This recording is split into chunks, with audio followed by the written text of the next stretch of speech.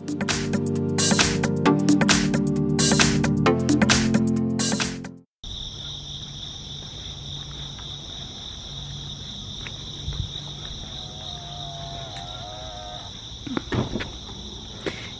morning, Ruby. Bye, Tuxie. I'll be back in a little while. We're pretty tired this morning, and it's only Tuesday. We're okay on time, but we did leave a little late again. So we did see the 11 o'clock update last night on Hurricane Florence, as well as the 5 a.m. update this morning. 11 p.m. last night had some changes. The 5 a.m. this morning still looked like it did a lot at 11 p.m. But at any point, the storm models are currently showing the forecast path a little bit north of Wilmington. The farther north of Wilmington it goes, the better for Raleigh. Right now, it's reduced our max winds yesterday at 11 a.m. or 5 p.m. They were forecast to be between 80 and 90 mile per hour gusts here. I don't know what, I think it's more like 60 to 70 where it is right now. So it's a little less. The rain would shift a little east. You know, the more north it moves, the more east some of the trouble goes, because it's a lot more distance, say, between Cape Hatteras and Raleigh than there is between Wilmington and Raleigh, straight line. So we're watching it. The models are still not in agreement exactly where it's coming in. Some take it a little south of Wilmington, some take it up near Hatteras, some take it in at that, you know, projection of just north of Wilmington. So we're just gonna have to keep on watching. It's not a time to stop preparing because you just don't know. Actually, when Fran came on board in '96, I do not believe the projected path was exactly where it went. It changed a little bit right before hitting, and that's, I think, fairly common. But don't rely on me for your weather, because there's people out there with a lot more training that know it better than certainly than I know it. I'm just reading what they're putting on the TV, which is a pretty good explanation, and you know, most people would be able to glean some stuff from it. So I guess my commentary this morning is just that we were slightly pleased to see a sort of more northerly impact there north of Wilmington, but we're not letting down our defenses, because we know that that's not a final path, that it still can vary a lot between now and when it comes onshore sometime Thursday night into Friday. I know on Don's agenda today is to fill up the generator with gas and test fire it. He had also put up some tarps over by the carport to help keep leaves off the XB until we're able to sell it, and those will have to come down. Sure, they're tarps that are gonna withstand this wind, and I'm sure he has a whole nother bulleted list of things he wants to do. I still have some plants and yard art to deal with, but that's going to be maybe today after school or tomorrow. So we've got a strategy about the cats, but we're not going to implement that till sometime during the day Thursday, because it requires the outside guys being cooped up, and I want to do that before the winds startles them, but not so early as that they're just miserable, because with the amount of time they were talking about the rain staying in our area, it could be longer, you know, than we really would want to do that to them. But I do have a plan.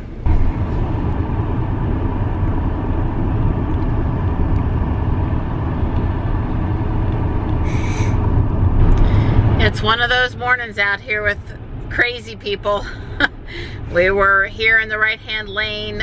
We were, you know, certainly not going above the speed limit. There was a work van pulled off on the side of the road. Cars in front of me had stayed in the right lane and gone past him because he was off, you know, far enough to do that. I was getting ready to go past him, and all of a sudden he just pulled out into the lane in front of me. It's possible he put his turn signal on and moved at exactly the same time. I don't know. I'm going to go back and look at the dash cam footage. I don't remember seeing a turn signal. I mean, even if he'd have put his turn signal on, that's no right of his to just pull out there without any thought to the fact that I'm moving past him. I did not flash my lights. I didn't wave at him. I didn't do anything to indicate I had acknowledged that he wanted out. So that was kind of scary and made me mad this morning. It wasn't super close, but it was closer than I wanted to have to deal with at 7:05 a.m. Yeah, what's wrong with these people? So on tap for me today is to prep for Lego League Robotics this afternoon at the school. I highly doubt we're gonna meet on Thursday, but that's not been decided yet. I highly doubt the kids are going to school Thursday, or if they do, it'll be a half a day, or if they go a full day, they'll cancel after school activities. There's just no way there's going to be after school activities Thursday. There, you heard it here first for Wake County. But yeah, today we'll be doing introduction to the robot and the start of learning basic programming. Let's move the robot, for example, but I only have an hour and 15 minutes to work with these kids. We need to finish up at 3:30 today, or really, I'm always wishing we had longer by the time we pull all the stuff out. I know today's lesson we could easily go for 2 hours and the kids would just have mastered maybe moving the robot, but I'll do what I can in the time that I have, and we'll make it work. Bye, bud. Bye, Mom. I love you. Yep, love you too. It's right at 7:30, so we're good, but we're not. There was no cushion to spare. I'm glad to not be stuck in that traffic this morning. It really picks up after I drop Donnie off. It's 8 a.m. right now, and rush hour's in full swing. I'm pulling into Walmart, and I'm gonna tell you that it's even more packed this morning than it was yesterday. Seriously. And it's 8:30 a.m. Solid, solid, solid, solid. And the only thing I might add to it is that, you know, some of this could be people leaving the shore and trying to make their way away from the storm and stopping in for supplies here in Fuquay. The opposite of price gouging, I guess. All the sodas marked down, and there's a lot of it. There's not a lot of bread, but there is bread to be found.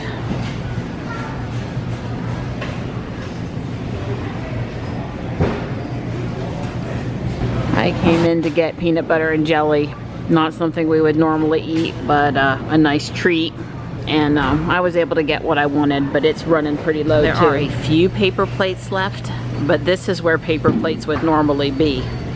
For those of you that are worried about us, I really appreciate your empathy, your kind words and support. I really do. I just want to reassure you a little bit though that we have city water, not a well, and so Don says our water should not be interrupted. He said the only way he figures we could lose water is if the pumping station down in Lillington on the Cape Fear River goes underwater. And I don't think that's happened before, but we are expected to get unprecedented rainfall totals if the storm stays on the current track. So, but we will be filling a bathtub with water, and we will have lots of containers in the kitchen filled with water, and we have lots of bottled water on hand. Certainly enough that should get us through until we can get into Fuquay, and things in Fuquay would be opened up and they would be bringing trucks in. We also have plenty of food and easy things to cook too. You know, camping out in the grill for a day or two is sort of a novelty if you're not used to camping, but about day 3 or 4, you just don't want to fool with it anymore. So I've got lots of alternate easy choices for us, and Dawn is asking me to cook things in the freezer and use them up so we can maybe just run the refrigerator in the house. It makes it a little, other things we can run on the generator instead of the freezer in the garage or the refrigerator in the garage. So I'm not buying very much fresh stuff. We're just gonna have to eat not fresh vegetables and meats for a few days. But we should have the refrigerator in the house hooked up to the generator, and we'll be able to cool stuff, and we will have some things in there that we can eat off of that are, you know, healthier, I guess, choices. Don says we possibly could hook up our hybrid hot water heater in the slow mode to get hot water, although it's going to be pretty warm and the water is not super cold that's coming in this time of year, so I don't know how important that's going to be to us, but we could potentially have hot water. It's not fun to have to get out there and chainsaw and put on bug spray and get sawdust on you and spider webs and deal with bugs to try to clean up your yard and not have electricity and not be able to take a shower. So hopefully the water keeps flowing. If we need it, we heat enough hot water so that at least it's not, too, it's a little warm. That should be fine, so that we can, because if it does what it's gonna do, we're gonna be out there trying to probably clear the driveway so we can get out. It would be super, super, super lucky if there's nothing down over the driveway. So anyway, we're prepared. My game plan, I said this to, I think, in a couple individual comments, but I may not have said it on the channel yet, is that my plan is to put up just several videos just off my phone. They won't be edited, they won't be fancy, they may be missing, a title card, oh well. But I'll let you guys know how we're doing. Cell service for a while is liable to be really spotty, getting anything up, but it'll sort itself out. And may post a picture to Instagram or message out on Twitter also, assuming, I can get out and I'm not tasked with other things I need to be doing. So we will definitely stay in touch. If I have internet, there'll be one or more little short videos a day, even if I can't get out on my computer. Don says if the cable is not down, and it might not be because it's mostly underground, we can power up our cable modem and our router from the generator.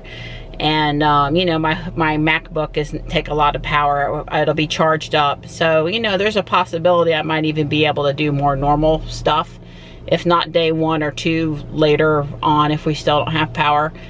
Yeah, I sound like I'm thinking we're not having power for a while. Well, it just depends on where the storm goes. Like I said, if it comes in near Wilmington or slightly south of Wilmington or just a little north of Wilmington, I think we're going to lose power for sure. If it does a late shift over to Hatteras, that's a lot farther from Raleigh. Those storms typically don't reach the winds anywhere near, or even the rain anywhere near into Raleigh. That's happened before. So it just depends, and we're not going to know until it does its thing, until a little bit closer. I think Wednesday, the 5 p.m. and the 11 p.m. Forecast is going to be very telling. Tonight, tomorrow morning, they're still going to be pretty far out there. We're still a few hours out from it, but with the 11 p.m. forecast on Wednesday, it ought to be pretty much a done deal for the most part. What's going to happen with that storm? So we'll just continue to watch. Did I mention that we got rain last night? Yeah, we got at least an inch, maybe 2. It was coming down there really good for a while. And one more time, I'm noting that it's the end of summer, yet we have lots of water in the intermittent creek that we normally wouldn't have. So, yeah, that's not the best. It being bone dry and having been a drought-like summer would be better for the tree safety and the high winds. We're watching the 11 a.m. update, and Elizabeth Gardner here on WRAL Weather is doing a great job of bringing us up to speed. And there's a couple of really interesting things here that I'm seeing. Some stuff is pretty close to what it has been. Some things have changed. The current predictions downed it to a category 3 when it impacts. So obviously that's a little less wind. I don't hear them telling me Thursday at 8 a.m. whether it's high or low tide. It makes a difference whether the tide's out or the tide's in, I think, as far as the storm surge right along the coast. Notice that we're talking Thursday 8 a.m. and this is Saturday 8 a.m. That's a whole 48 hours. I can assure you when Fran came through, it did not linger around for 48 hours. Matter of fact, after a horrible night with the high winds, the next day it was sunny. and stinking hot, and we were out there moving trees. So that's a little different here. It's going to be a much slower moving storm. This new track has it going southward. This is probably like, I'm going to guess this is Sanford, North Carolina, or a little south of Sanford, where they play all the golf, Donnie. Yeah, Pinehurst. That might be near Pinehurst. And I don't know exactly where this is. This is, I don't know, I-40 coming up like Warsaw, yeah. Where the supercharger that's not open anymore was. That's probably about halfway up from the beach. You know, when you see the dot for Raleigh, you know, we're going to be on the south, slightly west side. So we're about here probably. I don't know. This is winds after it's meandered around some, the 45 mile an hour. That's not taking into account the winds when it's right here and us still being there. So, you know, I don't know. It keeps on moving around. So I'm not putting any stock in what it's doing until about, I don't know, Wednesday night 11 or Thursday morning 5 and 11. You know, all day today and then tomorrow early. It's good to know that it's still sort of doing what we think it's going to do. But what it really comes down to is, you know, the Wednesday evening at 5 and 11. You know, what's it shaping up when it's really somewhere out here? You know, when it's all the way down here right now, you know, I really appreciate having a heads up so we can prepare, but we don't really know right now. But anyway, we're counting on WREL. They're doing a great job of keeping us posted. I told him to scoot on over. I can't get us both in the frame if he's not close enough. With all this talk about Florence, Don reminded me that today is 17 years since 9/11. 9/11, I guess is the way most people say it. And so even though we're busy doing storm prep and everything, we wanted to take a minute to remember. And we always end up reminiscing about where we were and what it meant for us. So yeah, we were out in Phoenix, Arizona at a user group at the time we heard. I was out there with Wally and several other members of the team, along with Marianne, and you know, it was just when I saw that the TV image of the first plane crashing into the tower, I was like, oh, it must, or I heard about and I said, oh, it must have been really nasty weather or something. You know, how can you, you know, a plane crash into a malfunction with the equipment or something? Yeah. And then I remember seeing the television, and it was like, oh my God, it's bright blue skies. I mean, there's not a cloud in the sky. It's a gorgeous day. I said, there's no way that plane crashed into that. I mean, it just doesn't happen. And then, of course, about that time, the other plane crashed into the other tower. And so, yeah, you know, it was just, my heart sank. I very much remember thinking, oh, I need to go give blood. Things like that. I knew it was going to be a bad day that day. It just didn't, nothing felt right. Nothing. Now, you had been in Manhattan a week before, 2 weeks before. Yeah, I left. I did a contract up at the New York Police Department, and I left there on August 31st.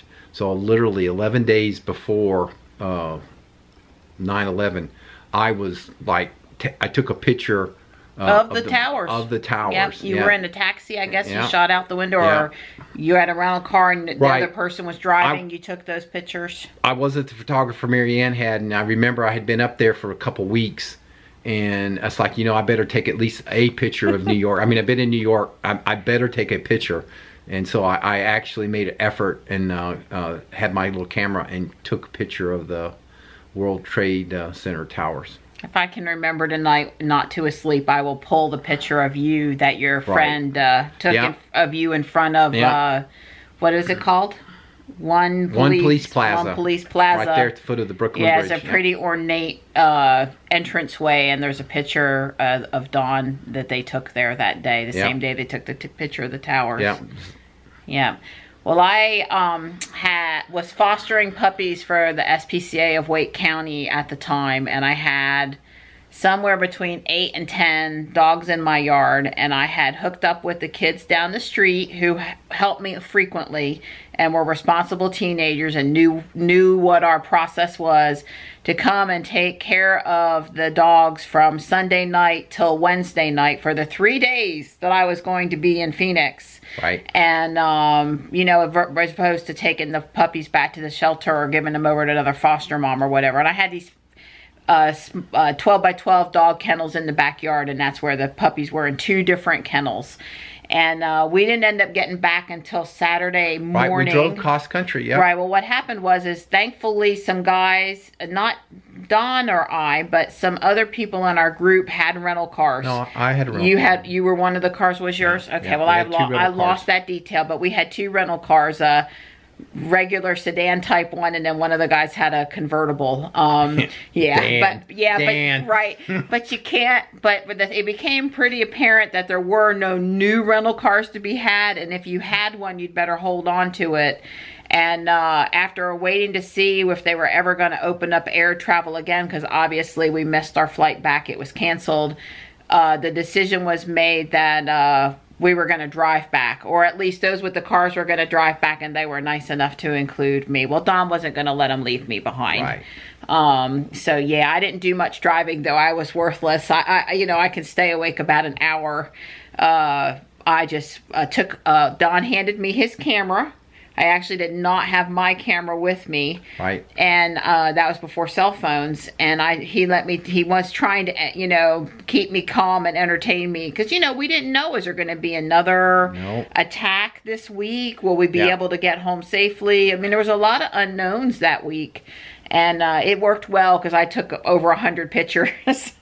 Yeah, I seem to remember 9/11 was a Monday. I believe it was a Monday. And we left on a Thursday morning, and we had been waiting each day to get an update to see if they were going to reopen the airport. And basically Thursday they said, oh, the airport's not going to be open. So we basically, at that point, the group of us, we jumped into rental cars and headed back towards Raleigh.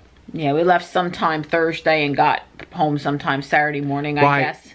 We got home at about the same time had we stayed and flew, because they did open up flights. Like on Saturday. And so the people who stayed, they were able to get a flight out sometime Saturday, get home Saturday night. Or Sunday. Yeah, so we got home approximately the same time. But the difference was we felt more in control. You know, that at that point, control was having a feeling like you had some control was valuable, and you know we could measure our progress towards home. So you know, that I would say that if I would have been hanging around the hotel room for another 2 days, I would have probably been. We were fidgety. Yeah, we were. Because there were so many unknowns. Well, Angie and Timmy, the kids helping me out, they and their mom, they did stick with the foster puppies until I got home, and no harm, no foul. But I really felt bad that they had to take over for me for longer than expected, even though they didn't mind and they did a great job. Yeah, so we just want to remember all the first responders and all those people who were killed, you know, the families and loved ones. That's, you know, we still remember, and we're you know, we realize that we're blessed to live in the country we do, and that we still have, you know, there's still challenges in the world. And we're just looking, you know, trying to hopefully all live in peace, and let's all prosper together. Yeah, tolerance is a good thing. Exactly. So we just had a text message from Tesla. That's how they're choosing to communicate with us for minor communications. And they have decided to be closed Thursday and Friday. And due to the hurricane. Right, and are concerned that they might be closed for up to a week because they won't have power. We're concerned about that too here at our house, so I totally think that's a valid concern. And they have also stated that they cannot get the car fixed before the hurricane, before they close. Yeah, our hypothesis is they're going for low-hanging fruit. They don't know, because maybe it needs a part or whatever. They don't know yet what's wrong with it. They could spend a lot of hours between now and Wednesday quitting time trying to fix one car, our car. We think that they're not going to do that. We think they're going to try to fix every car they've got and have the people come and have pick the them parts up. for, and already know what's wrong with them, so they can get them off the lot and get them back home. So they're not responsible. So they're not for them. responsible for them. I mean, that's what Don and I would do if we had all those cars up there. We would say, okay, I can work on 1 or 2 cars, or I can fix 15 and get them home and off of our plate. And that's what we did with problems on when we had level 2. We'd sometimes we'd have to. You got 150, and yeah, there's 3 or 4 that are sort of we're stuck on, but let's go knock out 30 or 40 and get them gone, and then we'll try to cycle back around to those few that we're stuck on. Maybe in the meantime, we'll be inspired how to fix them. So I totally understand the decision, and our only question is, and we've sent a note. Where are you going to store the car? Please reassure us. And also, you know, was there any additional determination about what's wrong or what parts need to be ordered? Because we would just love to hear if you know. So it's okay if they don't. Yeah, well, it doesn't hurt to ask. Right. Honestly, that place where Tesla's at isn't one of the places that's subject to flooding. They're pretty high there. I feel like there's not a chance if it's going to flood. There are places in Raleigh where there are car dealerships that historically flood, but where Tesla's at is, of course, I haven't actually seen a topo map, but I think it's pretty high up. It's not in one of the lower lying spots near creek or river per se. What I'm trying to get at is there's also not a lot of trees. There's not. Well, but they're not. They're not 50-foot oak trees. Well, they're not within falling distance, and they're not 50-foot. That's right, the little scrubby pines and stuff, and they're pretty far away. I'm more concerned about wind blowing because this debris into the car. Right. This is a commercial area, and I'm more worried about, you know, the employees are all going to go, and, you know, all the little pallets and all the other debris that you have around. Let's hope they can fix a bunch of the other cars, and all of the cars that they have left, they have room to take inside. Yeah, let's keep That's what we're hoping, not just ours, but any car that is up there that they're able to bring it in. So we'll just take a deep breath and let them work the problem. That's what they need, is a little time to work the problem. I'm sure that they're thinking all the things we're thinking. Yeah, I just wish, you know, like I said way time, I really didn't want the car before October. Oh well. Sorry, Donnie. So Tesla did answer back my questions and said it's their intent to store it inside. And also they don't have any additional diagnosis information at this time. And we're not expecting it, right? I mean, I understand they got emergency preparations to make now, and researching what's wrong with our Model 3 shouldn't be at the top of the list, and we get that. So I think, folks, we're all just going to have to chill on wanting to know what's wrong with Sapphire. That's just, we got other fish to fry today than to worry about that. So I told Dawn, I said, let's turn lemons into lemonade. And now we got to think, wow, we can protect more of our vehicles, because the GMC, the XB, and the van are all outside and under the carport. And there are lots of tall trees over there, and that could be not a good thing. So now Don can put the XB in front of the workbench at the front of the garage. He's done that one time before. I remember when we thought there was a serious threat of hail, he did that. And also he can pull the GMC back into the bay where the GMC / Model 3 was. So we had, the only vehicle that'll be left outside will be my van. My van still has good insurance on it, so we don't want anything to happen to my van. I'd be devastated, but you know, we have to take some risk, and that's the one we're going to take the risk with. So right. So we're gonna rearrange things a little bit here, but probably won't do that till Thursday. Yeah. Because what's happened, we've been listening to the weather forecast.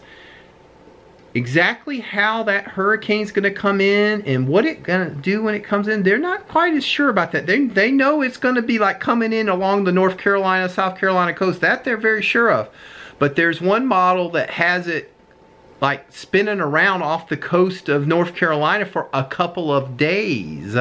So those last 24 hours, which is when what is going to cause us all the impact, that's the part they're least sure of. So it doesn't take long to move some cars around. Even if the power's out, we can still move cars.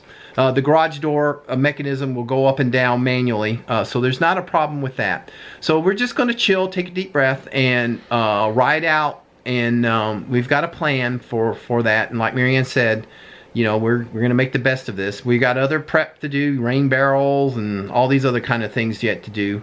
But we're gonna be focusing on that. And then Thursday morning-ish, Tesla said very clearly they're closed Thursday and Friday. Well, I'm just and we expect a lot of people to be closed. We expect for Wake County to close schools Thursday. Yeah. I would argue that they would be safe going a half a day and be out from underfoot while their parents are finishing storm prep, but they're not going to do that. So I'm just going to say they're going to be home Thursday and Friday. Yeah, without a doubt. They're going to, there's no, right. Yeah.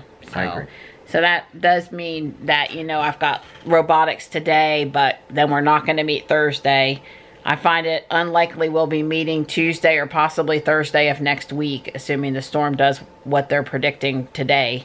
So I don't know. I just do the best I can. That's all I can do, right? I've got my lesson plan ready for today, my introduction to programming, my introduction to this is how you specifically program the robot. And I'm sure by the time we get together again, we're going to have to review it because it's going to been a lot of days in between. But we'll just work it as best we can. It's also been announced that we're having an early release Thursday and we're out of school Friday. This is due to Hurricane Florence, if you didn't already know. Oh, I think they know. I agree. It's all I talked about for 2 days now. So I'm wondering if we're extra congested here. We're doing 20 mile an hour at 3:50 in the afternoon because this is traffic coming off the beach. This is I-40 on the south side of Raleigh, and it absolutely could be people coming off the beach. By the way, so I have other options to get over to Whole Foods, and I got off of I-40. As you can see there, the congestion was pretty significant. I'm gonna say this is about normal traffic for Whole Foods. Johnny thought it was a little bit busier, but I think it's normal. Lots of condensation, and I wondered if maybe there would be a cupcake that looked like a twister, but no. No real backups at Whole Food, and probably the first time I went in there for weekly groceries and spent less than $100. Don told me we need to use up stuff, and he's right. He's right. So no hassle in there. Everything was good. They mostly had stuff.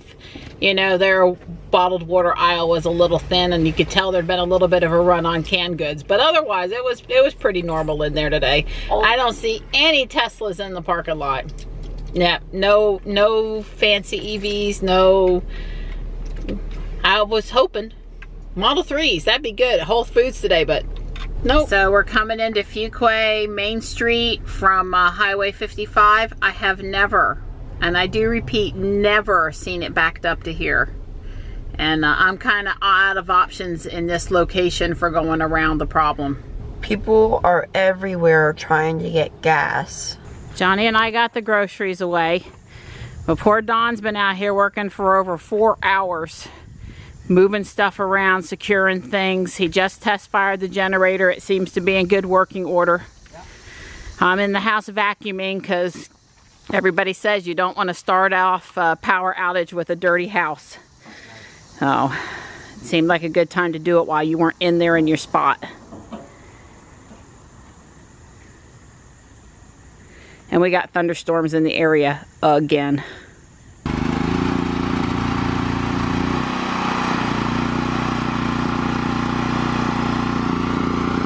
Johnny was out here. It's a guy thing. He wanted to see if the generator started okay. So Don did bring out the rain barrels so that we can collect some potable water. Excuse me, non-potable water. In other words, if we lose city water, we have something we can bring into the house to flush the toilets. Not likely, but you know, prepared means you don't need it.